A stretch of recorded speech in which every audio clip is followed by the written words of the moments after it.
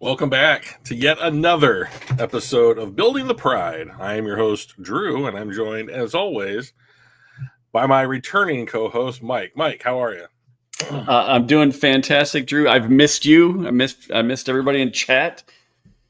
It's been crazy busy. Conference, and then kind of a statewide strategy meeting, and then now I got a Tuesday that I'm back to normal, and I don't have to leave for my next meeting until tomorrow. I'll be traveling tomorrow night. So There it is. Doing good. Oh, excellent. So, yeah, do you want to just dive right in? We might as well. I mean, Might as well. It's for the people, and the people are waiting for it. The people are waiting. Yeah, right on. So we were at dinner Friday night, and we're just kind of hanging out, talking, and the game was on behind us, which I didn't know, and I took a lot of crap for. I'm like, I didn't know the Lions were playing. They're like, yeah, it's right back there. And then they finally put it on a TV that we could see closer, and all of a sudden we look up, and there's a guy kneeling, and I'm like, oh, somebody's hurt. And like, I wonder which team it is. And sup, Zaquan? And we're like, and you see, Campbell with his head in his hands. I'm like, it looks like it's a lion. And they kind of like zoom out, and the whole field is full of players on their knees, or on a knee, and an ambulance out there. And we're just like, what did we just miss? Right. And Maurice Norris, I ended up watching it on NFL Plus the next night to see what happened. It looked super innocuous. He was going in to take a tackle.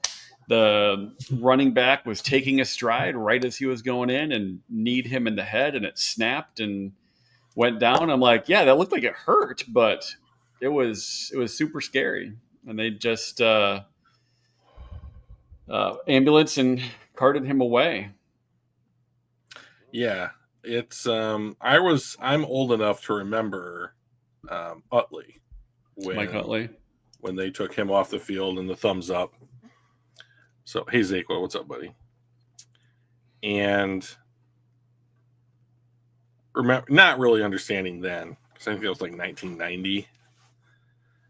Not really understanding what the ramifications were, And then, since then, obviously, in the next 35 years of me watching football and professional sports, better, and I've never suffered an injury like that, but I've suffered minor injuries, and they're still really tough to recover from. Yeah. So I don't know that I've ever witnessed like the death of an athlete, and I hope that I never will, when I'm watching sports for entertainment. But this is as close as it really gets. We had Damar Hamlin a couple years ago, had to resuscitate him on the field, and his comeback story, and like, you don't want that for anybody, especially somebody on your team. So I will say that when stuff like this does happen, it's an opportunity for people and organizations to step up and do the right thing. And I want to say that as far as the Atlanta Falcons are concerned, they were never a team that I much thought about or cared for. And now I do. Now I if someone asks me about the Atlanta Falcons, I'll say, they're a pretty classy organization. They're when my team and one of my players was hurt, they stood up and cared about the same things that we cared about and wanted to make sure that our guy was okay. And their team did an excellent job and was immediate in their response, and then gave a shit enough to say, this isn't really what football is about. Like, so we're not going to continue to play football tonight. And then they were going to, right? Yeah. The referees, like, the show must go on, and Dan and Raheem from the coach of the Falcons are like, we're just going to kneel it out then. If you're going to make us go, we're just going to kneel until the rest of the game. And the ref's like, okay, I get it. And then eventually the And they did. They started running the clock, and eventually the league called up and said, just call it off. There's no point in taking this any further. So I thought that was cool that both coaches recognize that this is really tough for the players. Obviously for Maurice Norris, but also the players that got to watch like their the guy that they're working in the trench. I mean, these guys love each other and they do everything for each other. And to watch somebody that you don't know what happened, like he was out cold from what I understand, and they didn't know. You can't concentrate on football.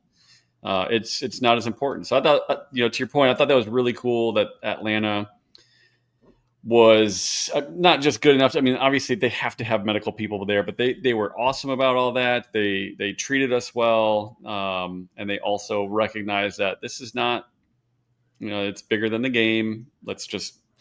It's the beginning of the fourth quarter. There's not much left. I'm sure there's some bubble guys that wish they could have gotten some more reps in, but probably not that way. They're not going to be good reps anyway. So let's just get out and go see our guy. So throw this on there. This was from the Lions Twitter account or X account. Norris, he's in stable condition. He's got feeling and movement in all of his extremities. So it didn't end up being as bad as initially looked and feared, which is the best kind of outcome. So happy that Norris is doing better. I don't know if he's going to play. From what I saw, coach said today that he's in concussion protocol right now, and they're going to take it real easy on him for the next couple of weeks, trying to get him through concussion protocol. So it sounded like they weren't ruling out a return then, which is awesome for him. Yeah, we're going to actually get into a projected depth chart this week for the Lions, and that would be a neat segue, but this was a guy that I think was playing for somewhere between safety 4 and 5 on the team, core special teamer, 52nd, 53rd guy maybe to make the roster, probably a playoff practice squad guy. And someone asked me the other day, like, do you watch preseason football? And I said, yeah. And he said, oh, well, why? And I said, everyone plays hard. So, and like there's guys out there, like you mentioned earlier, that are playing for their jobs, like hoping to get reps, trying to demonstrate that they can take what they've been taught or practiced and put it into a game situation, then be judged on how well they do that, and then ranked to see whether or not they're going to make the roster. So this was a missed opportunity, certainly for some, but not one that has to take precedence over somebody's, well-being and health. Well-being, exactly. So yeah. Yep. So before we get to the 53-man roster, so I'm super curious of what you came up there. I want to share one other thing. I thought it was super interesting, and that is the most expensive defenses in the NFL in 2025. So let me see if I can zoom so you can see all those. We are actually toward the bottom. Now, granted, we haven't re-signed Hutch, but one of the things I did, yeah, that helps keeping that number down. What is there anything on this? Now, I don't think I've showed you this before this, so I don't know if you've seen it, but is there anything on this that like sticks out to you as like that's crazy, or that explains why this team is good, bad, or indifferent? Well, Pittsburgh doesn't surprise me. Cam Hayward's sitting out currently because he wants more money, weirdly. He's been great for a long time. But you just signed TJ Watt to the biggest deal, non-quarterback deal in the history of the NFL, shot for 5 minutes or however long it's going to be. Alex Highsmith. Or Aiden, right? Right, yeah, and then Aiden gets it. But, Alex Highsmith is highly paid. You brought on veterans like Darius Slay and Who do they end up just trading for? They traded Jalen Ramsey, right? Yep. So he's on the roster.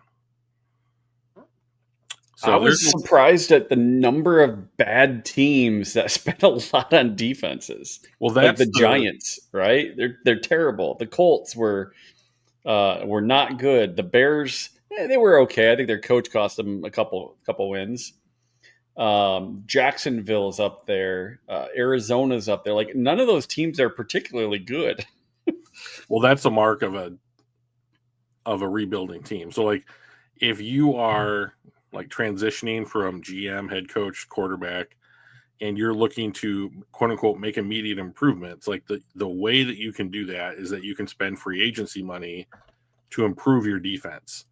So going out and spending money because those players are available on the free agent market, and you can't find a quarterback of the future on the free agent market, right? Like you don't even get like a wide receiver like T. Higgins ending up getting to the free agency market. So I mean, but you can find run stopping DTs, you can find linebackers that can run and fill, like you can find a decent second, third, fourth, fifth cornerback, or like even a starting safety. Like there are starting caliber safeties still available on the free agency market. They're worth nothing, but like you could sign a guy like who the former Lion now he plays for the Titans. He played for the Seahawks for a while.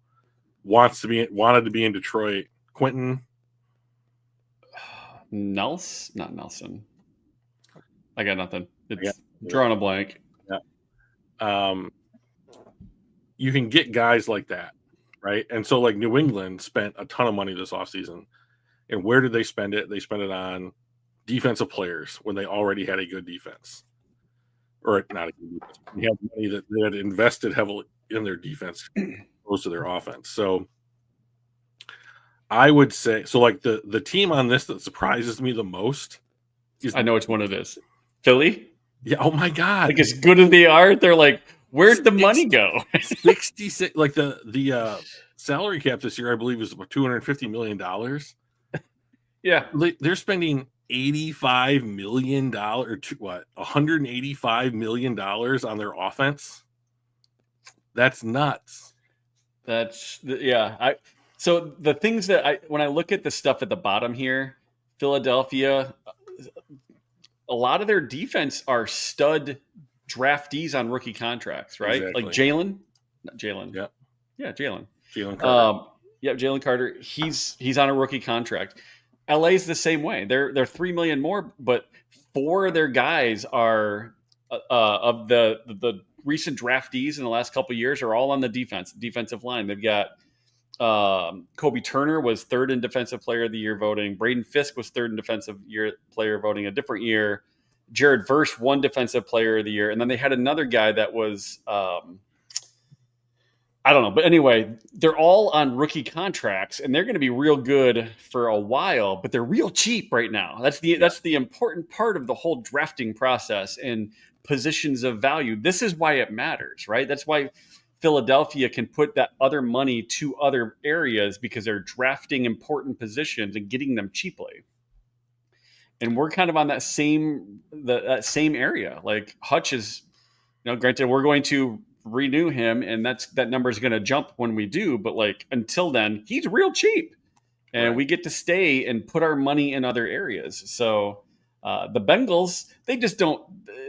That's not a draft thing. That's just we don't have good defensive players that are worth paying thing. Yeah, exactly. So I mean, yeah, it's nuts. Like so.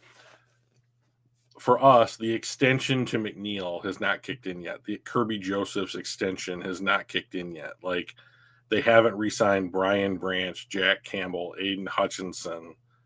They haven't. There's more guys coming too after that. Like Tyleek Williams, years from now, will probably be a re-sign, right? Like they've drafted well, for period, but also on the defense, and.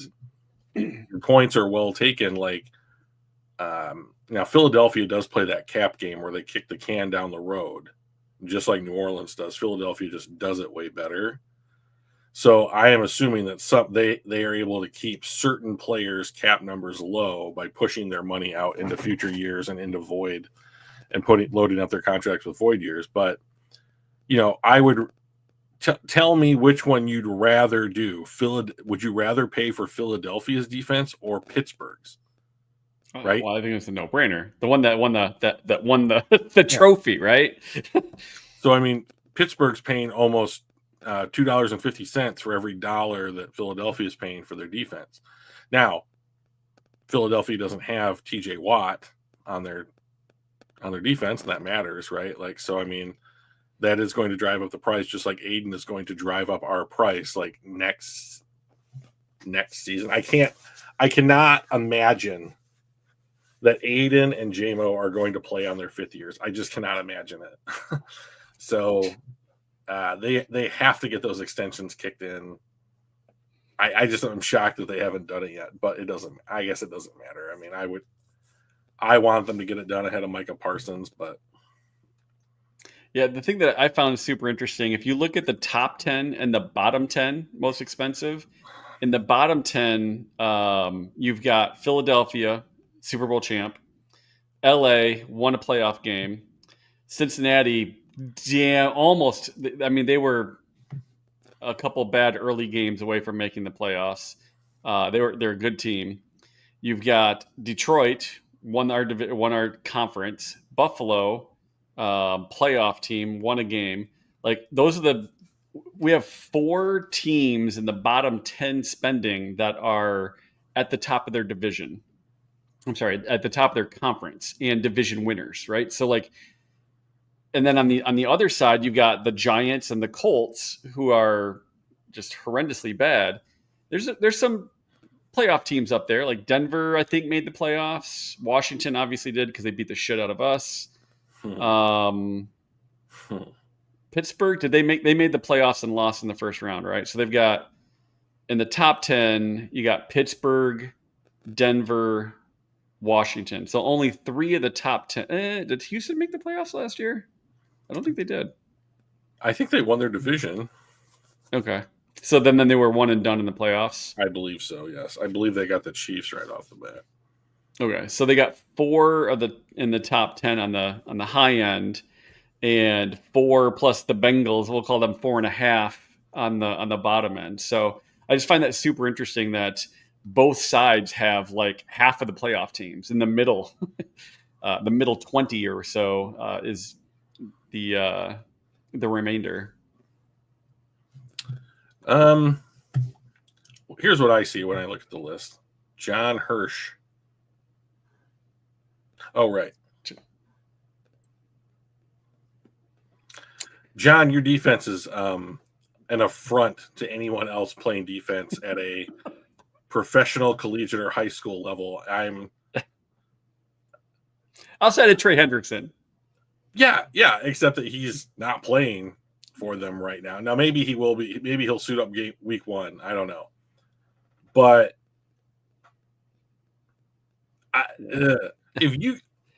everyone that I know, like all the media people and all the people that I respect their opinion are picking Cincinnati to, make the playoffs or contend for the division. And when you have Joe Burrow and those 2 wide receivers, you have a chance at doing that. You have a chance of winning every football game you play in. However, that defense is just a black hole of being able to win football games. The only thing that I can say about that defense that is quote unquote nice is that they might all just play better than last year. Yeah, I think if they can play 20% better, which isn't like enormous, it's not like, oh my gosh, you got to be twice as good. If they could just play 20% better last year, they would have made the playoffs. Right? Yeah, just sure. And then they would have been super dangerous. In my opinion, I would have lost in the first better. round for the same reasons, but to me, sorry, John. John, I don't know. I know I'm picking on you guys a little bit here, so I apologize. I am, but like to me, you have got to. I mean, this is what's the coach's name in Cincy? Zach Taylor. Yeah, he has got to be on the hottest seat in the NFL. That's got to be the hottest seat in the NFL to have Joe Burrow and those two wide receivers locked in. And if they go 2-2, failure. I would fire him then. To be honest, I mean, like this team cannot afford to come out weak out of the gates. All right, man. Well, we wish you could be chatting with us too. Yep. Thanks for hopping in. You can always watch it on the replay on YouTube. So yeah, also pay more for your defense. Just saying. Yeah. but yeah, to me, like Cincinnati has to win games by. I mean, to me, I think that Cincinnati has to score in every offensive possession that they have. In order, they're the one team that could maybe do it. Well, I mean, like it's not going to be about maybe. You know, I think that it's like if you're kicking field goals, or if you turn the ball over, or just for whatever reason don't score touchdowns, your defense is not good enough to prevent moderate offenses from scoring touchdowns. So pay Trey Hendrickson whatever he wants, because you just need to get him on the field. Yeah, it's an embarrassment. It's I don't know. I look at that defense and I'm like even like guys that were stalwarts on that defense, like Jermaine Pratt, like one of their linebackers was like, trade me. I want out. Like, you know, like and then you have Trey Hendrickson, that thing. You have the draft pick, Shamar Stewart, and his holdout. Like, all of it's bad. None of it's good. And it's all in the defense. And just like, I don't know. I don't, it gives me not good vibes. Yeah. So. And we've got them week 5 in Cincy. So Can't wait. That's about the time they start getting their shit together. That's the problem. It's those first 4 games that really screw up their ability to make the playoffs. But around week 5 is when they get their shit together. And that's when they're going to be playing us at home. So I think it'll be an interesting game. It's going to be a shootout, I think. Their offense is too good for us to shut down, you know, a ton. But I think their defense is bad enough where even if we have an off game, we can still put up some points. So yeah, I'm looking forward to that one. Me too, because I think it's not going to be a shootout. I think that the Lions are going to run the ball down the Bengals' throats, and that the Bengals are going to need the Bengals will be in like a 2-minute offense by the second quarter. So I'd love to see it. Sorry, John, no offense, but I'd really love to. Yeah, love you, dude. You're great. No offense. I think we're going to beat your team up. I'm sorry. Yeah. So and they can win all their other games, but I just really would like to see us. I don't give a shit about their other games. So right. Yeah, all more power to you. So. But anyway, those were the couple things I wanted to pop in before we started talking 53-man roster. So those are fair assessments. Thanks, buddy. That's a good sport right there. That's why we love him. So, what'd you say? Yeah, let's talk 53-man roster. Okay, so I didn't come up with this. Oh my god! So this is not even original content. No, what do I pay you for? You pay me nothing. So. Oh, that's right. Yeah. Right. I pay you nothing. You pay me nothing. It works out great for both of us. So let me put this on this thing here. Real tight budget over at Building the Pride. Yeah. Okay. So this is Pride of Detroit. So as everyone knows by now, I am an Eric Schlitt disciple. Whatever that guy says makes sense. And I like it. I'm not so much Jeremy Reisman, but Eric Schlitt, I believe what that dude says. So they put their heads together and they came up with this today. So let's talk about quarterbacks. And I think this is I don't think I'm going to shock anybody that's here with this, but like Jared Goff's the quarterback of the Detroit Lions. FYI. And I don't think Hendon Hooker has played well enough to be a rostered quarterback on this team. In the first preseason game against the Chargers, Hendon Hooker and Kyle Allen were both bad. Fine. Great. In the second preseason game, Hendon Hooker was not good and Kyle Allen was much better than him. So why should we keep Hendon Hooker? And I don't know, but like when I saw the highlights from the Atlanta game prior to the fourth quarter, of course, Kyle Allen is the one making all the plays. Hendon Hooker had a nice run for like 20 yards. And if this was an offense that was predicated on a quarterback moving the ball with his legs, I might be more open to him being the backup quarterback, but it is not. The offense is designed for a quarterback that plays the game the way that Jared Goff does. Kyle Allen is the quarterback between him and Hooker who plays the game more closely to that style, and therefore I think is more readily able to replicate it. Kyle Allen has been a starter in the NFL briefly. Hendon Hooker has not. And I don't think that I've ever seen the Lions give any kind of vote of confidence in Hendon Hooker. They re-signed Teddy Bridgewater last year for the playoffs. And when Jared Goff went out against Washington, who came in? Teddy Bridgewater. Was he in there long? No, but it wasn't Hendon Hooker. So they, in my opinion, the powers that be, as far as the Detroit Lions, do not trust Hendon Hooker. And that is why they brought in Kyle Allen to push him, and I think he's going to push him right off the roster. Probably. I mean, the biggest problem that I've seen with Hooker is he puts the ball on the ground too often. Yeah. You just can't do that. No. It's yeah. I mean, if there's a cardinal sin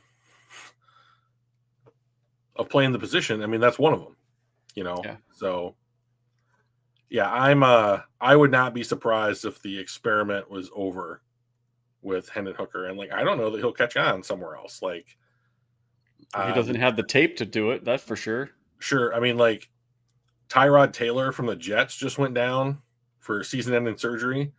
And if the Lions cut Hooker, I wouldn't be surprised if Hooker went to the Jets where Aaron Glenn was and is a coach, and they have only if Aaron Glenn was on his side and not if he's actually on the soured, if the coaching staff in Detroit is soured on him based on of what he's done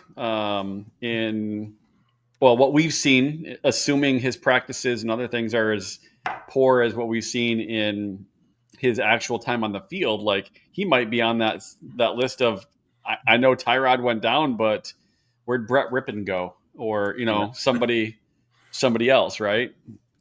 Yeah, I just think that, I'm just of the opinion that players follow coaches, and coaches want people they're familiar with, and Hendon Hooker more closely. No, even if they're not good. Kendall Vilder has been on this team for 3 years, and it's why is Kendall Vilder still on the team? Because they know him and he knows what they're trying to do, and there's no other reason, So that's fair. And I think that Hooker more closely resembles a Justin Fields style of play than he does Jared Goff. So yeah, that would be my guess if Hooker loses the job, which I would put money on. Would he have any trade value? Seventh round? No, there's no trade value. There's zero trade value. Yeah. The only thing I could think of would be if somebody was our guy just went, our second or third stringer just went down. We're carrying 3, and we'll swap 7th round picks with you, right. And you throw in Hooker. And okay. Yeah. I am uncomfortable with how comfortable I am with Kyle Allen at backup. Yeah, basically. The only thing I want from a backup quarterback is just the ability for the offense to function as it was designed to the most basic levels of the offense. And I don't know that Hendon Hooker can perform that. And I think that Kyle Allen, at least in this Atlanta game, showed that he can move the ball. Now, this is not starters versus starters, except that the Falcons started with their starting level defense in. And that was who Hooker went up against. And so, you have to, maybe there's a little leeway there. But Kyle Allen with our backups against the Falcons backups went down the field each time that they had the ball and got points. So I am more comfortable with that than I am with what Hendon Hooker did. That's the only point I really have. Yeah. Do you think we're going to carry 3? And if so, you don't think so? No. The Lions have always wanted to. The Lions really don't have a 53-man roster. The Lions really have something like a 51 or a 50-man roster, and they have people in those spots, but they want to leave those spots open for elevations from their practice squad, which they treat as an extension of the roster. Yeah. And I was going to say they don't really have a 53-man roster. They have about a 60-man roster. Yeah, right. So I mean that they rotate in the dressing guys with some of the practice squatters. Right. So moving on to running back, this should be zero surprise. Gibbs, Montgomery, those are your starters. Craig Reynolds is the backup for either one of those guys if either one doesn't play for any reason. And Sione Vaki is still on the path of I'm converting from a safety that I was in college, and I need 1,000 snaps at running back before I feel comfortable doing it, and I'm a core special teamer. Yeah, 69-man roster. That's there about that. So, inference received. So, this is the same 4 they had last year. They're going to be in the same exact roles they were in last year. You don't want to carry more guys than this. This is as solid a position group as they have on the entire team. Yeah, agreed. All the things that you said. Right. I mean, there's just not a lot to say about running backs. They're just really good. Okay, wide receivers. I believe they carried 6 last year. Might as well carry 6 again. There are some turnover here, though. St. Brown, Williams, Tim Patrick, those are the penciled-in starters. Of those 2, St. Brown and Williams are the starters. Khalif Raymond is your all-pro kick return, punt return guy. And you got 2 rookies, Isaac Tesla and Dominic Lovett. And last week or 2 weeks ago, Mike, you said, do you think that Tesla can push Tim Patrick for reps? Yep. And I said, no, that's ridiculous. This dude looks great. I know. He looks great in practice, and he looks great in the preseason. And when you look great against other teams' backups and your team's backups, you're probably a starter. And he looks big, and he looks like he's got great hands and fast. And the play that I liked most from the Falcons game about his, and he caught a touchdown that was great. Someone else had a quick pass, and he was the primary blocker on it. And he drove his dude into the dirt. And if he's going to take snaps away from Tim Patrick, it's because he can do that. Not catch passes, not run routes. The way that he's going to knock Tim Patrick out of the starting lineup is if he blocks as well as Tim Patrick. And then he's going to show, oh, by the way, I can run routes, and I have good hands, and. So I know it's only after like the very smallest of sample sizes, but like, yeah, okay, I'm gonna 50-50. I'm gonna go to 50-50 that he can get Tim Patrick on the bench. Like, if Tim Patrick has a hammy or like rolls an ankle or something, injuries are the path to permanently getting a job that you eventually would have gotten, but getting it quicker. And permanently losing a job that you would have eventually lost, but losing it quicker, right?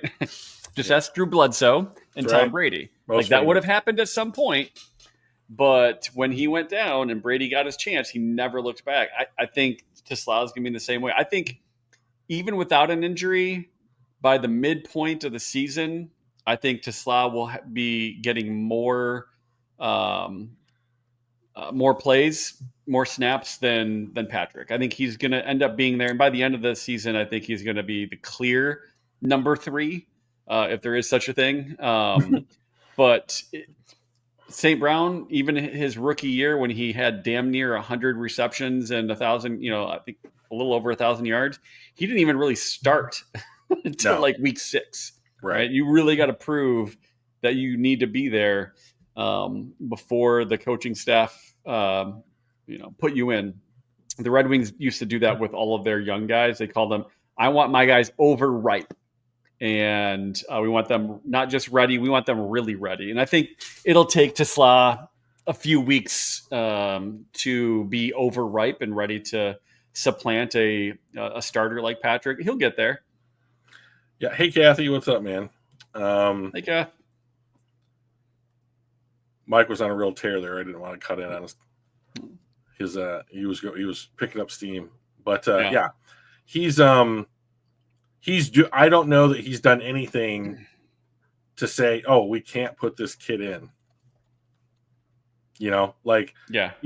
If he's not leaving them any reason why he shouldn't play, other than they have this other guy on the roster.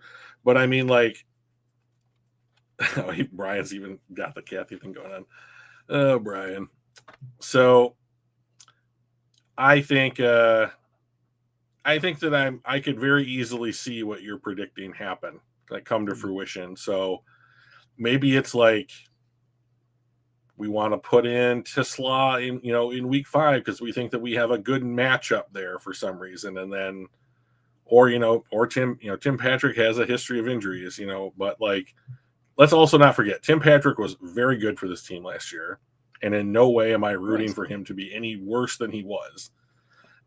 Correct. So, but if he plays as good or better than last year and Tesla takes his snaps, I'm not going to cry about it.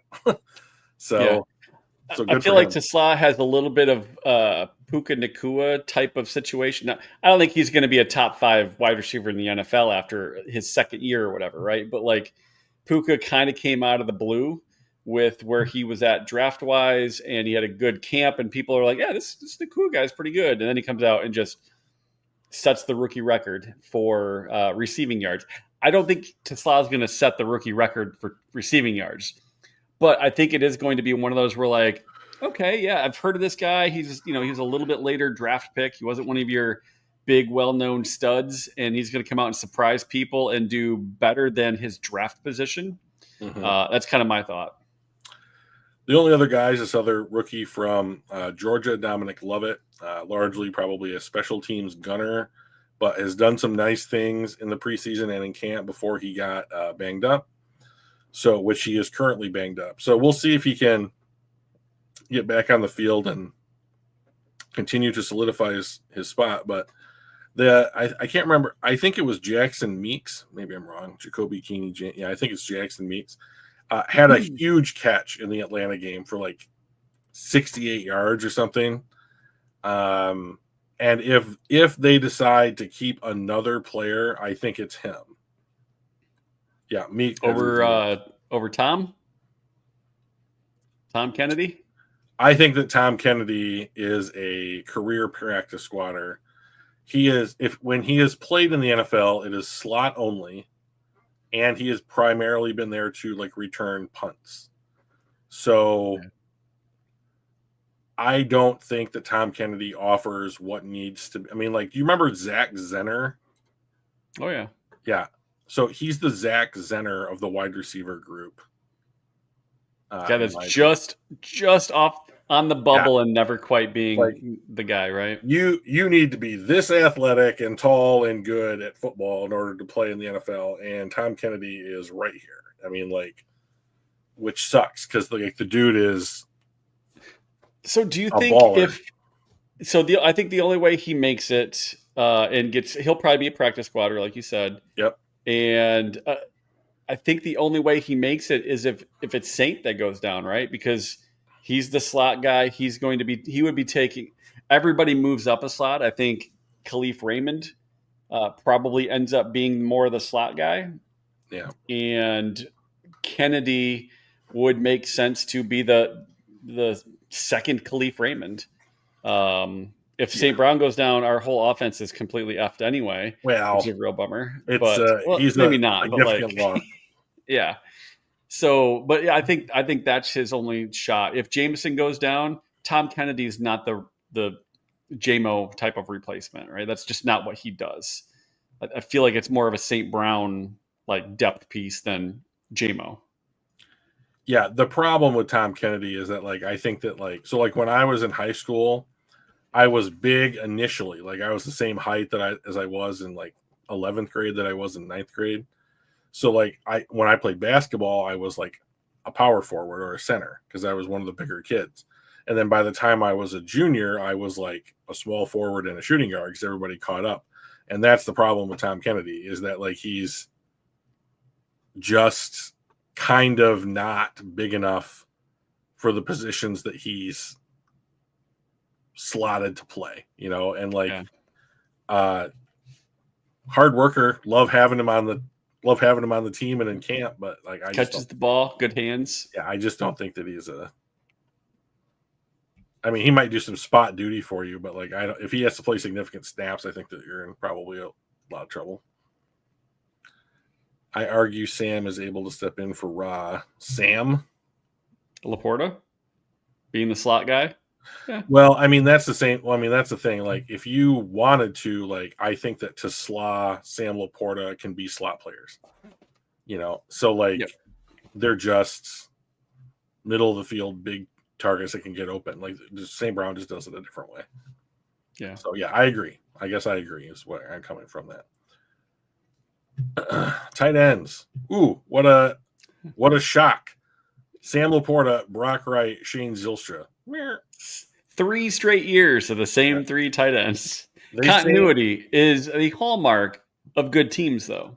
They brought in these other 3 guys, Horton, Silianos, and Oaks, and they signed Kenny Yeboah, but Kenny Yeboah got hurt and is out for the season after the Atlanta game. So there's a signing. I mean, like it's not like, oh no, like all that money, but like he was fighting for tight end 4. And now he's not. So, like, the person on this list that should be happy is Zylstra because Kenny Yeboah was his only competition for that spot, and now he's gone. So, unless the Lions bring in someone else to compete or make some trade for tight end 3, which I can't imagine they would, this looks like, we'll just run it back with this same group. And you got a chance to scout and test out other guys. But not a lot to say here. I mean, the guy at the top has got that locked in, and the guy in the second spot's got that locked in, and everything's fine. Mike, wave your hand. Okay, I didn't know that. I thought maybe your camera had frozen or something. I'm still here. Okay, good. Offensive tackle. So this is left and right. Penei Sewell, Taylor Decker. We know those guys. Those are the stalwarts. Dan Skipper, your 3rd tackle, your 6th offensive lineman. Giovanni Manu is the project. Now, looked pretty good in Atlanta. He is enormous. He is a head taller than the other people out there. And he looks like a normal size. I mean, he looks like a normal proportionate human being. He's just enormous, which is why they wanted him, right? Yeah. Jamarco Jones is probably the number 1 tackle on the practice squad, but he is also hurt, I believe. Mason Miller, Gunnar Britton, these guys. Britton, I don't think those are just camp bodies. The other thing about Manu is this week he was having trouble in camp, and Taylor Decker pulled him to the side, and they apparently had an extended conversation about who knows about what, probably issues that Manu was having in camp. He is teetering for me. Like, first of all, I don't know that there's really a spot on the roster for Manu. Like, he was not able to supplant Skipper.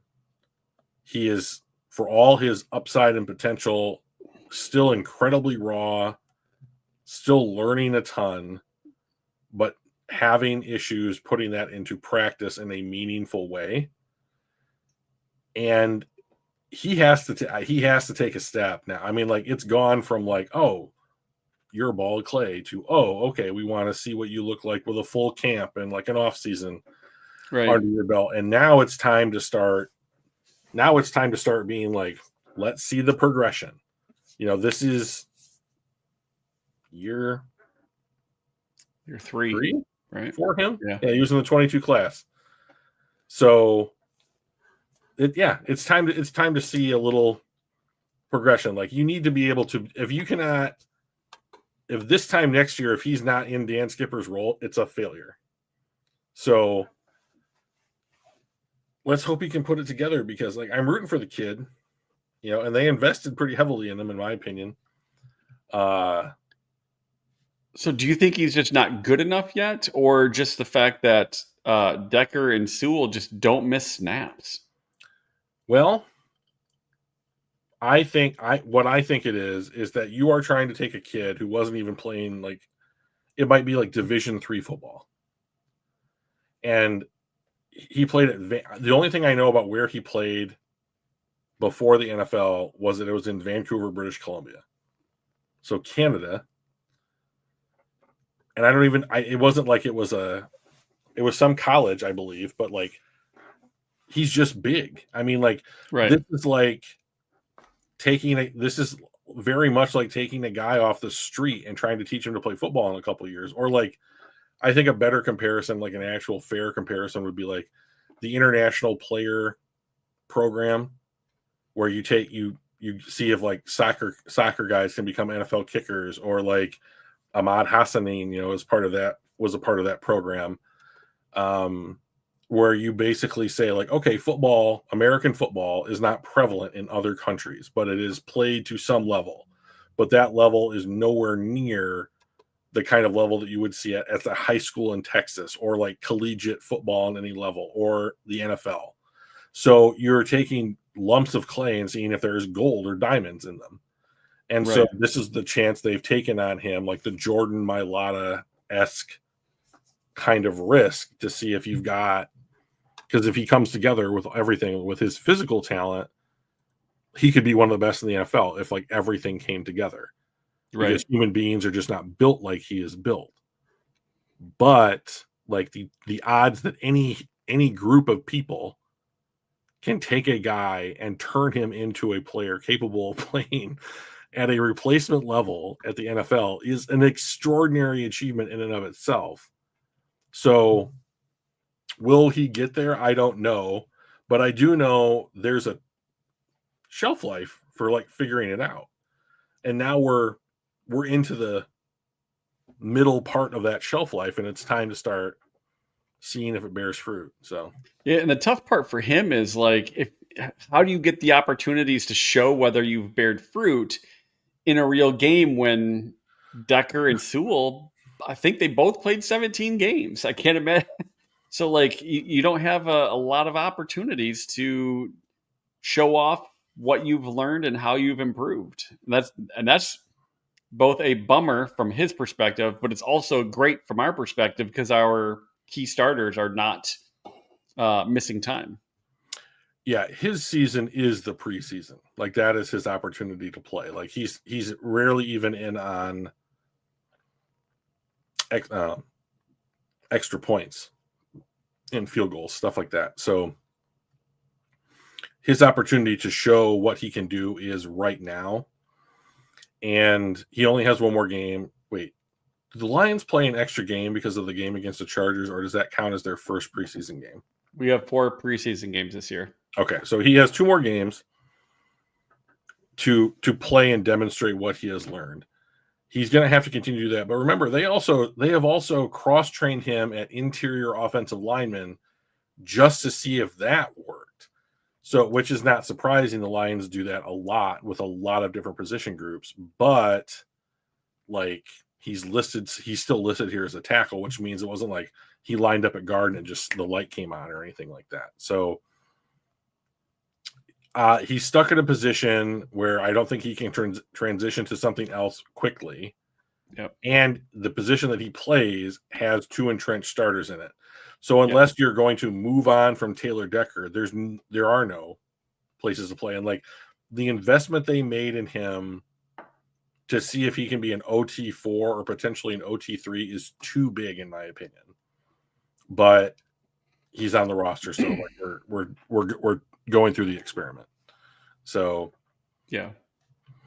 Okay. I mean, he's worth keeping on, right? He's a project and he's improving, and that's all you can ask for a backup. So no reason to move on yet when we got entrenched starters and improving project. Right. So, I mean, we're talking, at least we're not talking about OT1, right? Right. Okay. Interior guys, this is a unit that has a lot of turnover this offseason. So this is a big shakeup. Yeah. So we've got Glasgow's going to be your center. Mahogany's probably your left guard. Ratledge is probably your right guard. Ratledge, I believe, played in the Atlanta game for some amount of snaps. Yep. Awoshika has been a primary guy that will come in. Like, if there is a problem on the interior, he will play meaningful snaps in a game. And then Kingsley Aguyakun is a guy that they, I believe, brought in as a UDFA who has been fighting for the backup center job on this team for multiple seasons now. And it looks like he's probably going to hang on to the practice squad job. So I believe Cologne got hurt, and then Moody and Nice are guys who have been on this roster for years who just can't carve out a spot. I believe that Moody was hurt last year, and now he's back, and I believe not hurt. But they've drafted guys in front of him. They've had turnover. I mean, just in the last couple of years, they have drafted Mahogany, Ratledge, and Frazier, all that play his position. So what is he supposed to do? I mean, Right. like, he'd have to just be hands down the better player, and like no one would be arguing that point, and he's just not. So it's not his fault, and I'm not running him down for it, but like, he's up against. I mean, I know Mahogany went like the 5th or 6th round, but like, he was slated to be a 3rd rounder. That's what people thought his talent was. He just has weird legs, so nobody wanted to draft him. So that was why I didn't get drafted as well. Yeah. Weird legs. The only reason. Mike's upper body is like the bust of like a Greek god, but his lower body is like one of those satyr creatures from Greek myth. So, and then Miles Frazier is on the PUP list right now, but like Brad Holmes, I can't remember the last rookie that Brad Holmes has cut. So he's going to be on the roster in some capacity. So you got to make choices. And like, I'm kind of surprised that Aguyakun made it, or if this is the actual roster, the way it plays out, we'll have to wait and see. But Glasgow, Mahogany, Ratledge, those are your 3 dudes on the interior. I'm kind of stoked for it, to be honest. I think it's going to be real good. All right, shifting over to the defense. I'm so bad at clicking on things. Hey, Kenny, what's up, buddy? Defensive end, Aiden Hutchinson. He's a good one, and he's not hurt anymore, and he looks great. And like, from everything I've heard out of Lions camp, he's just messing up. So now they have a new rule at camp. The Hutch rule. Aiden Hutchinson can, quote unquote, get a sack, and then they're doing this thing where they're allowing the plays to continue because he's getting so much pressure so quickly that if they didn't have this rule, they wouldn't be able to run plays. So I saw that. I'm like, you're kidding me. You're just all right. Well, I guess you want to make sure the offense can do their thing. Mm-hmm. You want Hutch to do his thing, mm-hmm. and you can't do both if you don't have such a rule, right? Because he is so disruptive. You just got to let the offense keep going. So here's, but after Aiden Hutchinson, it gets weird quick. So Marcus Davenport, when he plays, he plays well. He just doesn't play much. Pascal, 3rd round pick. No, 2nd round pick. Because that was part of that Minnesota trade when the move up for JMO. We dropped down, and that pick that we got from them ended up being Pascal. Yeah, it was Pascal. So Pascal hurt a little bit. Maybe he early September. We don't know if that means to practice or play. It's starting to look like practice, which means probably by the end of September he's in good enough shape to actually be out there on the field for meaningful snaps. But neither one of those 2 guys has proven that they can lock down that job on the other side than Aiden Hutchinson. So now we go to the A-team, El-Quadin Muhammad and Ahmad Hassanin. El-Quadin Muhammad played well last year during the POW murder spree of defensive players that this team went through, he was one of the lone bright spots. Hassanine is that kind of Dan Campbell-esque guy, young, wants it more than like you got to kind of hold him back. Like if he was at a 9 instead of a 10, he'd probably be awesome. But he just is going. He's just a 10 trying to get to an 11, and he's just like a missile with no target right now. Nate Lynn's also played really well, and the thing of it is, like, I look at Aiden Hutchinson and I see bona fide superstar, and then I'm like, oh, injury problems, but they're the better players.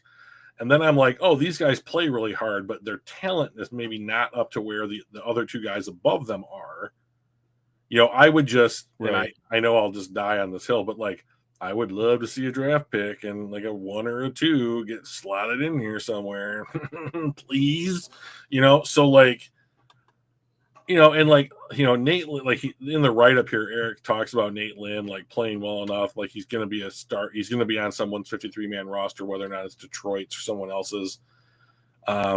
He's played that well this offseason and the preseason, and I'm like, cool. But like, there's 5 guys who haven't locked down a spot. So, you know, what about Zadarius Smith? Like, so I think he's on top of Nate Lynn. Like, he would be our go-to if we had to go, you know, beyond the 5 that they've got listed there, right? Yeah, he would be the second best defensive lineman, especially if you want to say defensive end on the team outside of Aiden Hutchinson. The problem with if there is a problem, the problem with Zadarius Smith is he plays Aiden Hutchinson's role. So it's not like you can just be like, I'm going to take Marcus Davenport out and put Zadarius Smith where Marcus Davenport is and ask him to do Marcus Davenport things. And then, so like the debate is constantly like, do you put the best D end out there, or do you put a guy out there who's going to enable what you want to do on defense? So the Lions, I believe, have demonstrated they are going to put the guy out there who's going to enable them to do what they want to do philosophically on defense. That's Marcus Davenport. The problem is that you have a better player in Zadarius Smith that you could sign tomorrow, apparently. You know, like if everybody was like, money, playing time, ink on paper, let's do it. You know, like they are literally that close. He's just hanging out, waiting for Detroit to pitch him some offer. To me, this reeks of a conversation that was like, why don't you, we know you don't want to do training camp at this point in your career. Why don't you do you? Have a vacation or some shit, and like we'll keep talking to the agent. We'll come to a number, and you're going to be on the roster at some time in early September. Like that, this whole situation with Zadarius Smith just reeks of that, as far as I'm concerned. But you need to be in 3rd and long or something for him to be in the game, like with Aiden Hutchinson, because Hutch is not going to come out. Hutch is going to play 90+% of the defensive snaps this season, you know, assuming health. So like Zadarius Smith is a lesser version of Aiden Hutchinson. That's the role on the team that he plays. So, and if the Lions are committed to playing a different type of player across from Aiden Hutchinson, then there is no space for Zadarius Smith on the team. He's a sub-package player only, a dedicated pass rusher when you know you're going to bring heat. I don't mind that guy being on the roster, but like he's not a starter, even if he's better than the other guy starting. Right, and I think you said it right. He's a sub package guy, and he is. I mean, I could even see him going in as like a linebacker in certain things, as a pass rushing linebacker, right? Like that. Right. Like not the guy that's going to sit back and make a tackle or drop into coverage, but like that extra pass rushing linebacker on certain packages, certain plays, just to change stuff up. And I'm not sure if this is a ploy to get him out of training camp and only get him in when it matters, but I would like to see him on the team. I think he's better than most of the guys on there that's not named Aiden Hutchinson. So I feel like there's got to be ways for him to be able to go in and do things that help us. Oh yeah, I agree completely. I just don't think that he's. I think that he's a situational player for this team, and not. He will not play 51% of the defensive snaps. Is my guess. D tackle. So this is the defensive line position that has seen the most flux since the start of last season, largely because Ali McNeil and Mekhi Wingo are on injured reserve as of right now. I've heard that Wingo, we don't really have any idea when he's coming back, but he could be back in September playing. They just haven't come out and said. Some people say they've talked to him or people in his camp, and they're like, no, he's going to be back real quick. If he's back, he becomes the backup 3-tech on this team immediately, if not pushing to start. I believe that Tyleik Williams will probably be the starting 3-technique on this roster. So when I say 3-tech, for anybody out there, pass rushing defensive tackle. Right. And then obviously DJ Reader is your nose tackle. Like, occupy 2 blockers, frees up linebackers, knows his role, does it well, kind of dude. Love having that guy. They signed Roy Lopez. Pat O'Connor is a dude who they just like. So he's kind of that Kindle Wilder of the defensive tackle group, not because Mike hates him, right, but because you hated him. I don't know him. I think he was just terrible. Right. That's what I said. So, but he's somebody that knows what they want to do, goes out there and plays football the way Dan Campbell wants to see people play football at a position they need depth at. So he's on the team. And then Chris Smith, whatever. But there's a name with a line through it out here, and I want to talk about. Broderick Martin. That's the guy. What a failure, And this is a guy, you know how I love the trades. Yep. Brad Holmes paid a premium to move up and get this guy in the 3rd round. And he's that quintessential ball of clay. And Brad loves doing this. 3rd, 4th, 5th round, he wants to find that ball of clay project that might strike gold. And you're like, oh, okay, this guy's really like as a player, he's worth a late 1st round pick, early 2nd round pick. You got him in the 3rd round, so you're a genius. Those guys that he has drafted are largely not working out. And if this is what happens to Broderick Martin, it's an abject failure, because this is as clear a miss as we have had on the team. Other guys, Levi Muzurike, for one, jumps up like we Josh Paschal. Yeah. We knew they had injury concerns. Martin was just a MAC player. I believe he played at Miami of Ohio or something. And I don't recall. His calling card is that he's enormous. And that I am pro drafting enormous football players. That has worked out well for lots of teams over many decades. But it's the fact that like they are taking these guys from lower levels of competition. So Giovanni Manu, Canadian football, Broderick Martin, MAC conference, Corby Sorsdal, NDSU, like the size and all that stuff is great. But like when playing against other players who are also good matters a lot.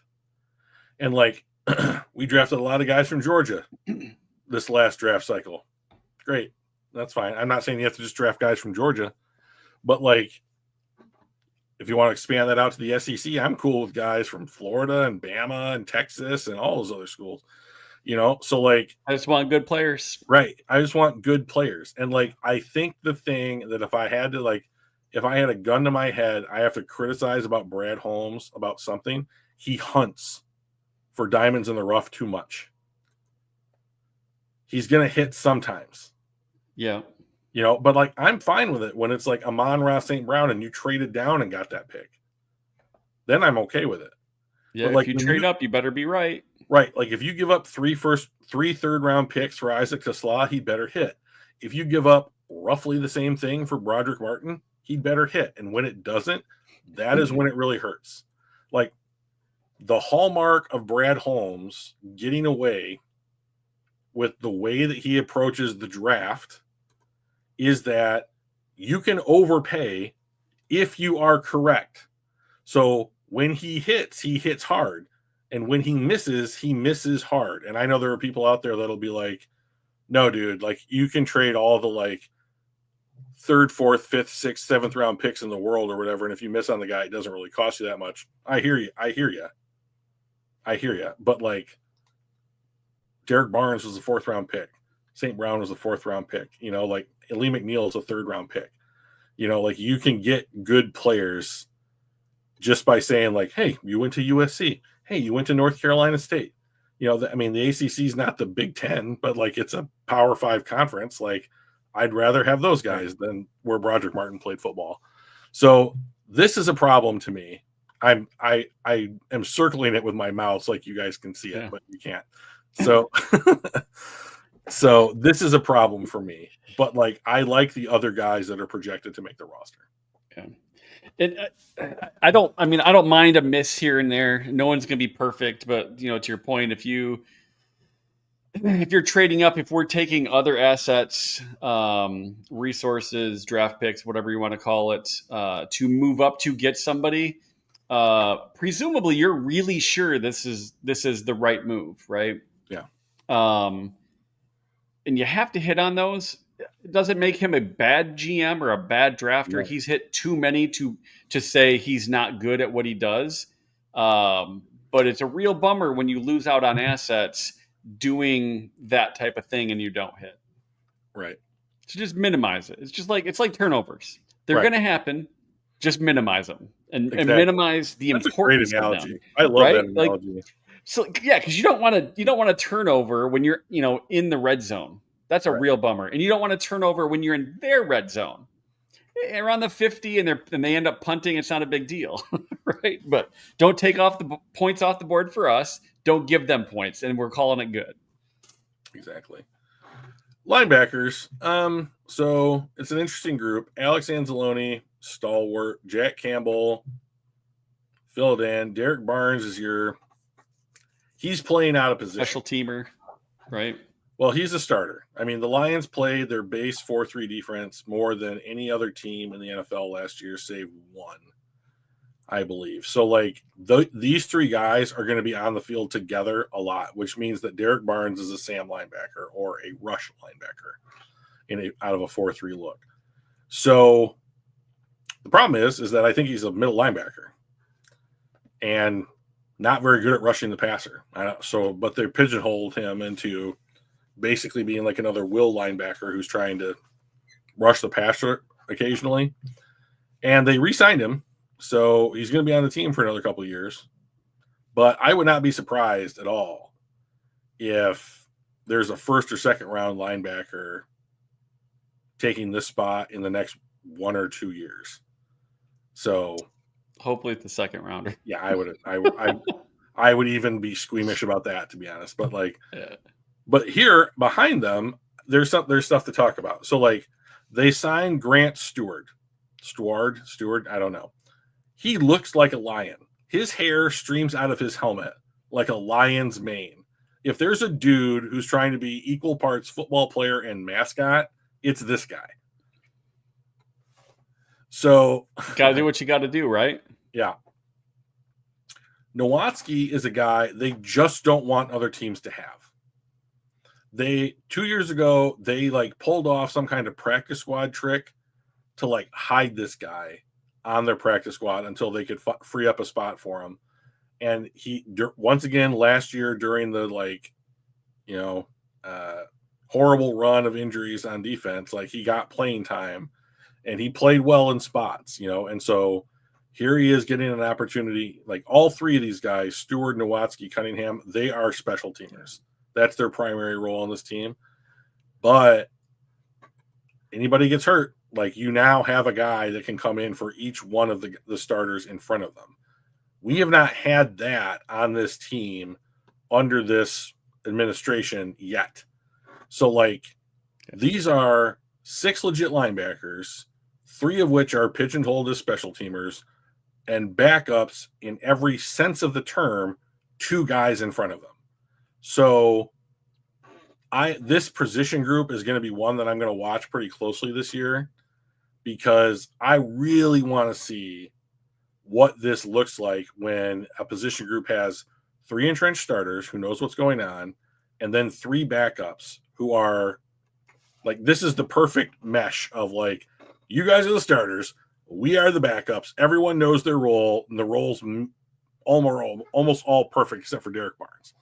Right. So, yeah. So and he's too good on special teams and too versatile to let go, right? Right. Basically. The one guy on this team that I'm surprised at is Anthony Pittman. This guy was a core special teamer for us for a long time. Went to Pittsburgh for 1 year, came back, and now it looks like he's not going to make the roster because the Stewart, Nowatzki, and Cunningham just outplayed him. They're just better players. They may not be better at special teams than he is, but they're better football players. So, well, I think didn't Ezekiel Turner also play some snaps with us last year? Oh, yeah. We were really hurt in linebacker specifically, and we went pretty deep into our backups. But he got some playing time as well. He did, and that's why he's on this roster. I think is like getting an opportunity in camp. I would not be surprised if he's on somebody's 53-man roster after you pare it down to from 90. And then, of course, Malcolm Rodriguez. And I have a weird take on Malcolm Rodriguez. I don't know that he's going to be on the roster when his rookie deal's up. Love the guy. He was, what, a 6th rounder? Yeah. And he played above that. Yes. But he didn't necessarily play starter. Nope. Like key backup quality. I think the hope for him was he can take Anzalone's job. Like, if he had not gotten hurt and Anzalone's contract was up, right. I wonder if they would have been like, we're going to let Anzalone walk and Rodriguez can be penciled in as the will linebacker with like those 3 guys being the backups, or some shakeout with 3 backups that they're really comfortable with. And I think the fact that he's hurt is the reason that Alex Anzalone is still on the roster, because his contract holdout or whatever got taken care of real quick when they just guaranteed him like $250,000. Like, I mean, like that's nothing. That's nothing in the NFL. Like, it's so low that it's like, it almost just feels like it's like, okay, I'll just give you whatever I have in my pockets.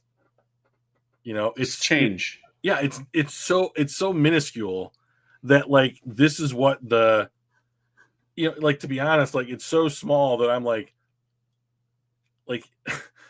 you made a big deal about this? Like I don't get it. I just don't get it. It was so small. So I don't know. I don't think Anzalone's on the roster next year, which would be a bummer because he's played pretty well. Well, now we're to the position group on the defense. It comes down to money too for him. Yeah, it does. I mean, like he's in his 30s or close, or I think he's like 31. And like this is the time of a career where you got to like try and get every dollar that you can because you're you're quote unquote on the downside, right? So I do not mind him asking for more money, but like to settle for like breadcrumbs, literal breadcrumbs, is just such a weird move that it makes me think that it's like they promised him like, we'll give you $250,000 now, and we'll talk about this like at the end of the season, and maybe we'll extend you, something like that. But anyways, this is the position group right here that I think is going to be the absolute strength of this defense, shockingly. Right. Well, I'm going to throw the safeties in there too. Basically, like the back 5 guys. Yep. So DJ Reed is replacing Carlton Davis. Amik Robertson is a great starter. Kind of exemplifies what this team wants to be about attitude-wise. And then the only thing that I think is going to prevent Terry and Arnold from taking a step forward this year is if he's healthy. And like he's had some hamstring issues in camp. You know, they've been taking it easy with him because they want him to go for the regular season. But I mean, if he doesn't have those 4 games in the early part of the season where he was holding and hand checking the whole time, his rookie year looks real solid. You know, so if he comes out and just doesn't do that stuff, I think that this guy is an absolute number 2 corner in the league. And they threw him in the deep end immediately in his rookie year. It's like, you're on the number 1 guy most of the time, and it's strict man-to-man. And he ran more man-to-man coverage as a cornerback in this first year than anyone else in the league. So, like, I think he's been through the crucible as it was. And as long as he's healthy, I think everyone's going to be really impressed with the way that Terry and Arnold plays. So I'm excited. Yeah. I mean, he's what we were hoping to get when we drafted who was it that we snagged like 3rd overall and ended up being the kid from Ohio State. Yep. Jeff. Him. Jeff, somebody. Jeff from Ohio State. Yeah, Jeff from Ohio State. OSU Jeff. Yeah. And this is what we're actually getting. And that's who we were that's who we were hoping to get. Jeffrey Okudah. Yay, we remembered. So yeah, it'd be really great if Terry and Arnold became the guy that we were hoping to get, you know, a half decade ago, and starts balling out, because our secondary has always been our weakest part of our defense, which in a passing league does not win you games. Right. Rock Ya-Sin, I believe, has who's the other guy? Possibly the greatest name in the NFL right now. Yep. He has been converted to a safety. So in the Atlanta game, he was playing strong safety, which means that he's probably Brian Branch's chief backup. I think he's going to be great as a backup level dime package defensive back. Khalil Dorsey is your other gunner on special teams. That's his role on this team. I don't know anything about Nick Whiteside. Okay. DiCaprio Poodle is a great name. There's people that have said that he's done really well in camp, but like, I just think that it's going to be super tough to beat 5 of these 6 guys. I don't know anything about Nick Whiteside. So I'm just really excited about those guys. Top 3. So I'm not super. Yeah. Yeah. Okay. We can't take many more home runs. We got to lose people already. I think Brad's overall percentage is really good, better than pretty much everybody else. He got Kirby in the 3rd. Yep. Those are all solid points, Brian. I can't really argue with those.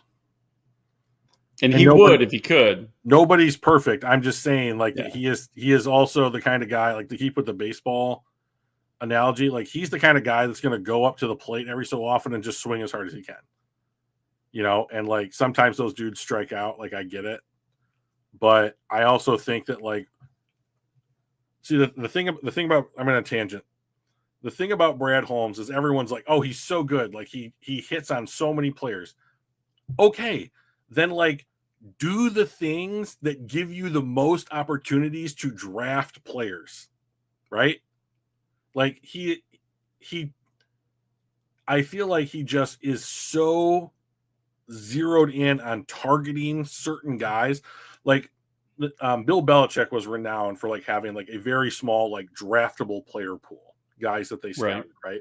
And I get the feeling that Brad Holmes has a draftable player pool of like 9 guys, you know, like, and if it's like, if we don't get these guys, what do we even do with our picks? You know, like that kind of thing. So like, I think that the pool of available guys that Brad is willing to put a Lions roster on in the draft might be smaller than 30 of the other GMs in the NFL. Is my take. And that is why he so aggressively in the mid to late rounds goes out, and because this is the way that he traditionally does it. He wants to take a value player in the early rounds, right? Like Aiden and Penny were just like, oh, how do you not take those guys? But then like he saw like JMO has the speed, so he traded up to get him. Right. Like he wants guys that have like certain qualities that project well to the NFL, and he's been right about those guys a ton.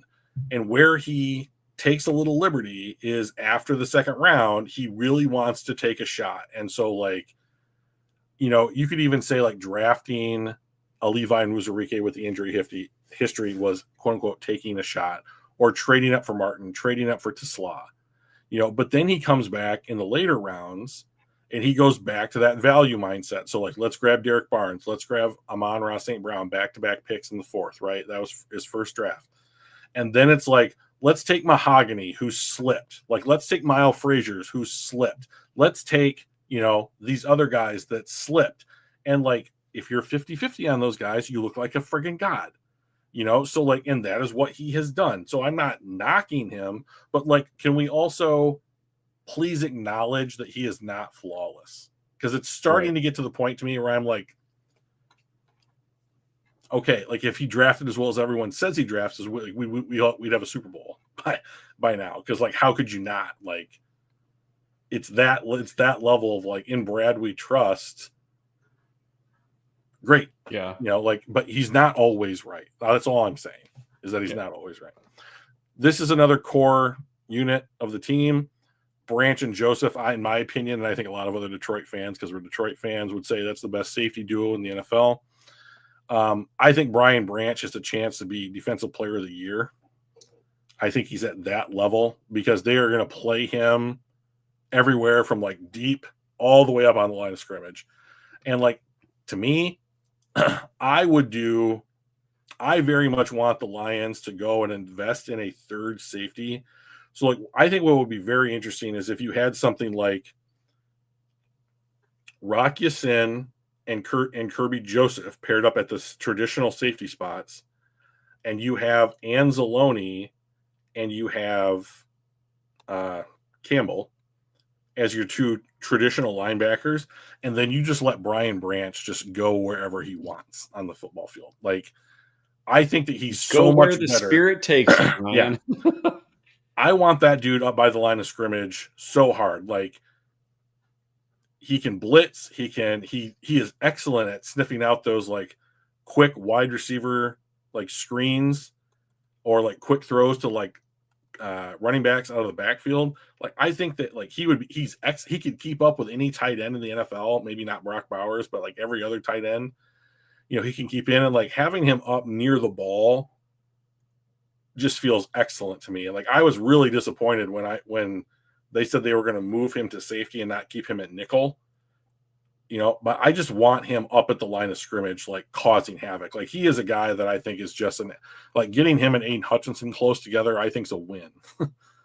Yeah. The NFL. And so like, anyways, what's trade bait? I don't understand that comment. So Avonte Maddox is going to be a backup nickel. So he's going to be Amik Robertson's backup. But for whatever reason, Pride of Detroit lists nickels as safeties and not corners. So technically, what I would do is I would take Avonte Maddox and Rock Ya-Sin and switch lists, because that's where I think they're going to be playing. And then Lauren Strickland's a guy that's been on the roster now for a couple of years, but like, they went out and signed Avonte Maddox. They went out and signed Rock Ya-Sin. So they very much purposefully went after backup defensive back health in the offseason, which I'm all here for. I think it's great. So there's really only two guys in the whole back seven of like 10 or 12 guys. Right. That I think are even. Like, it's Nick Whiteside. Let's assume that he makes the roster. And Lauren Strickland, that like to me they're not real NFL players. They're like core special teamers. And so like, okay, so like you have to have those guys on your roster or whatever, but like that's where this defensive backfield is it's like this is 1, 2, 3, 4, 7 or 8 guys that are either current starters or have been starters in this league on this roster.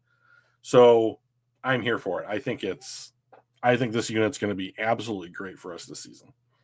I think it all comes down to health, Sure. right? To be honest, we could say that about most of our position groups this year. Yeah. We can be a top 5 unit in almost every phase as long as we stay healthy. Yeah. And like we have a sometimes contributor. AA was looking for a public commitment. And Zaloni. I think when he realized how it was going to go, he just said those names. Okay, that could very easily be what happened. So I'm not at camp. I'm not in his. I don't have him in my phone or anything like that. So like, all of these opinions are equally valid in my view. So I like that idea. We'll see what happens after the season. I'm pretty excited for this season and anxious to see what we do this time next year. So yeah. Michael Lutchies, who's sometimes in our chat, I follow him on Twitter, and he's like, "What's your crazy Lions take?" And I posted, I retweeted him, and I was like, "We're going to go 15-2 again." And he goes, "Oh, I like the confidence." And I'm like, if this team comes out and plays 21 personnel on offense, where you're just going to flex Jahmyr Gibbs out to whatever matchup he has best, and like the defense is healthy. I mean, I know we don't have a Lee McNeil, which is let's be real, a big loss. Yep. But like getting Aiden Hutchinson back, and if he's just anything like what he was, last year, like that's so unbelievable for this defense. And it's not like DJ Reader and oh my god, the guy that we just drafted, Tyleik Williams. They're no slouch. Right? I mean, they're good players too. And yes, I'd love to have Aleem back, and we'll get him back eventually, but I don't think it's going to be a huge step back with those guys in there. Yeah. I mean, so I was listening to the Athletic or 33rd Team's podcast today, and they were talking about position groups or like offense, defense that didn't perform well last year that could make a huge jump this year. And I started to think about it, and I was like, I think the Lions defense could be way better than just pretty good. I think that like obviously getting a defensive player of the year candidate in Hutchback is a big deal. And like having everybody or most people healthy, there's a reality where Josh Paschal comes back and is healthy and like doesn't have to be a superhero or even like really good, just like a reliable player. And you get Mekhi Wingo back and those however many snaps there are for that, and they sign Zadarius Smith and he's got a sub package, and like the linebackers are healthy and like people are just healthy, and DJ Reed is as good or better than Carlton Davis, and Terrion Arnold takes a step forward, and like the safeties don't take a step back, and like the depth is better, like that kind of stuff, like those things lining up, are a lot of Venn diagrams, like getting closer and closer and closer together, as far as I'm concerned. And I just think Washington figured out how to keep Detroit's offense honest last year, right? That was like the only team that did it. Like they lost to Tampa Bay by shooting themselves in the foot in week 2. And who else did we lose to last year in the regular season? Hello? That sounds right. And and then you had a fucking superstar on the other side of the battle, of the football field, and Josh Allen. So, I mean, I think that if the Lions were up and running and everything was humming along in week 2, like you want it to be, they beat a team like Tampa Bay like 8 out of 10 times. And if we didn't have, I mean, the team went 15-2 and had all those injuries on defense, right? And lost Aiden That's Hutchinson. the crazy part.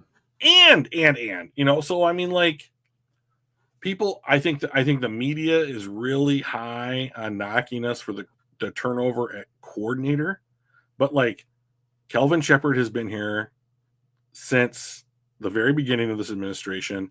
Morton was here 2 years ago and is just back, and like has already said, like, if it's not broke, don't fix it. So I mean, like, I don't understand where people are like, oh, like, I get the schedule's tough, but like, right, if Detroit's a Super Bowl contender, then like you should be able to beat teams like this. And like, I think that like this is the time where you, like, if you're going to be the best, you got to beat the best. And I think this is the year the Lions are going to go out and say, we are the best. And like, they're going to go out and they're going to beat the Ravens and the Chiefs and the Bengals and all the teams that everybody's super worried about. And I think they're going to be 15-2 again. I really do. So I think we could. I mean, I believe that we can beat every team in the NFL. There isn't a team that just so classes us that we're not capable of beating them. We're capable of beating every team. That said, I think Buffalo is also capable of beating every team. I think Philadelphia is probably capable of beating every team. So and we play a lot of those teams that are capable of beating every team. And so while yes, we could just go 17-0. Like, there's nothing technically that's stopping us. There's no team that outclasses us. But the reality is we're not, right? It is so hard to beat that many really, really good teams. And because we are playing like 6 of those, I feel like if we win 3 of those, that's actually not bad. Right. If we win 4, that's great. So like, even if we have a 3-loss team, or a 4-loss team, that's still not actually that bad. So I don't know what we're going to end up at. I am going to do one of the playoff predictors, but go the entire season ahead of time. Mm-hmm. And I'm going to pick every single game for every single team and just see what it looks like. I'll probably maybe do that for next time, and I'll show you what I end up with. Yeah, I mean, we could go anywhere. I think, assuming health, right? And you always have to assume health when you're doing preseason predictions. Right. Assuming health, I think that we could be anywhere from a 12-win team to a 17-win team. And it's not because 12 wins isn't bad. I mean, that's going to win a division 9 times out of 10, right? Yeah. And to me, that's our floor. I think our floor is a 12-win team, which is pretty awesome. If this team wins 12 games, they're winning the division, and it's not close. Like, right. And the thing is, if we win 12 games, if we only win 12 games, it's because we lost to literally all the guys that we just talked about. Right?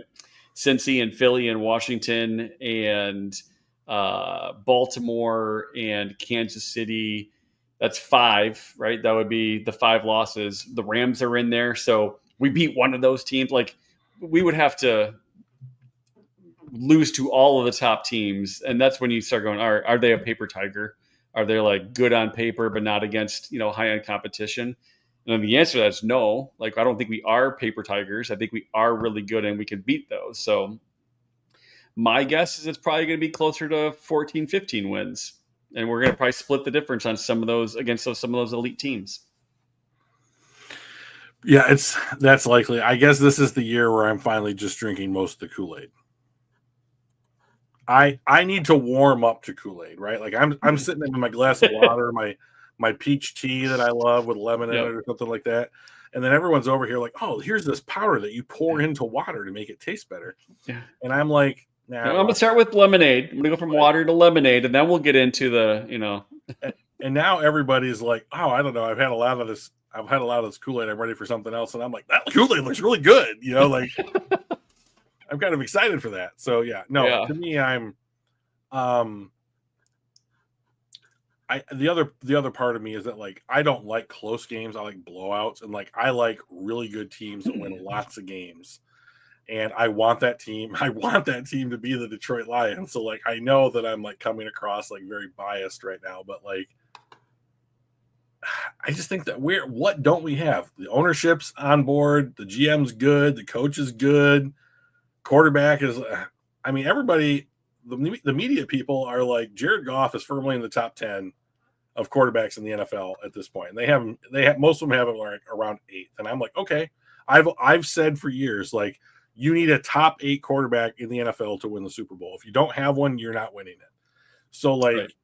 If he's the 8th best QB in the league, now we have a chance. Green lights on. Like, let the horse out of the gates. Every other stupid thing, cliche thing I could say. But like, my favorite player is coming back. Hutch is back. And like, I got so excited. Like better than ever. Yeah. And I got so excited when I heard that they might play Montgomery and Gibbs together. I just got like Twitter pated about it. Thanks, man. Oh, Rodrigo is trade bait? God. We do have a lot of lag on our chat. Every time when I he might have started later though, and then started from the beginning where he was always behind potentially. Oh, I gotcha. So he's probably going to hear this comment in like 15 minutes. Yeah, I wouldn't surprise me at all. So, no, I just think that like, I've heard the term like if you're not moving forward, you're falling behind or something like that, and like, I agree. I understand where that comes from. And the Lions certainly didn't go out and like shake up the boat or make wholesale changes or anything like that. But I think they got better. And did the Ravens get better? Did Cincinnati get better? Did the Chiefs? I don't know. I think that you could look at a couple of those situations and say like, I mean, like once again, like Cincinnati, like, yeah, you got to worry it's Joe Burrow, right? But like, there's a reason that team is 6-8 last year. I mean, they missed the playoffs, albeit, on tiebreakers with their star quarterback having an MVP caliber season, and that team missed the playoffs last year. Yeah. So, I mean, like, how worried should I be? Because I think that if the Lions are the kind of team that's going to go out there and like, I just don't think that I think that every team in the NFL is going to have a hard time matching up with the Detroit Lions. And I think the Detroit Lions are able to match up with every other teams on both sides of the ball very well. So, I mean, like, this is the time, this year feels like, I mean, like everyone else is like, let's get a Super Bowl. Like, they went to the NFC title game or, they went to they got number 1 seed in the division or in the conference last year and that kind of stuff. But like, this is the year that feels like to me is like the first real opportunity. Like I am here for it this year. Yeah. Like I think it would have been last year. I think if we didn't have the injuries, I think we had a parade last year, or I guess this year technically. Yeah, but injuries are part of the game, and we got to put that behind us and do it again this year. Then. Yep. So the Dolphins just released Odell Beckham Jr. So if we needed a wide receiver 6, like there's another guy that we could snap up. So yeah, I mean, so I do wonder if like, do the Rams go back to the OBJ because he played well with them, fit in well, and they don't have a ton of depth at wide receiver. Right. I mean, they've got Puka and they got Devontae, and after that they got what, like Whittington, Tutu Atwell. Don't forget about him. Tutu Atwell, who is average at best. I know OBJ's on like the downside of his career, but I don't know. I wouldn't be surprised if they maybe take a look at him. Yeah. So, I mean, like, I don't know. I'm ready for the preseason to be over. I want real games to start. I want to know what the 53-man roster is. I want to know when people are coming back from injuries. I want to know who's going to get hurt because that's got to happen. But like more than anything than that. Unless you're Philadelphia. They had like 3 people all year last year. They were so healthy. It was crazy. Yeah. And to be fair, Detroit, up until last season, Detroit had crazy good health. Yeah, so, we did. It really sucks when we have your crazy good health when you have really shitty rosters. Yep. And it doesn't matter. So, but all right. Till next Tuesday, we'll have another preseason game in, and we can see who's done well and who hasn't done well, and see if we start honing in toward that 53-man roster. Yeah, it's gonna be good. They play the Dolphins this week. Home or away? So it must be home because it says versus. Yeah, so home. All right. Yep, can't wait. Right on. Let's go catch some fish. Sure. Oh, I get it. Yeah. Hooray. All right, buddy. I will catch you next Tuesday. See you, Mike. Bye, guys. All right, peace.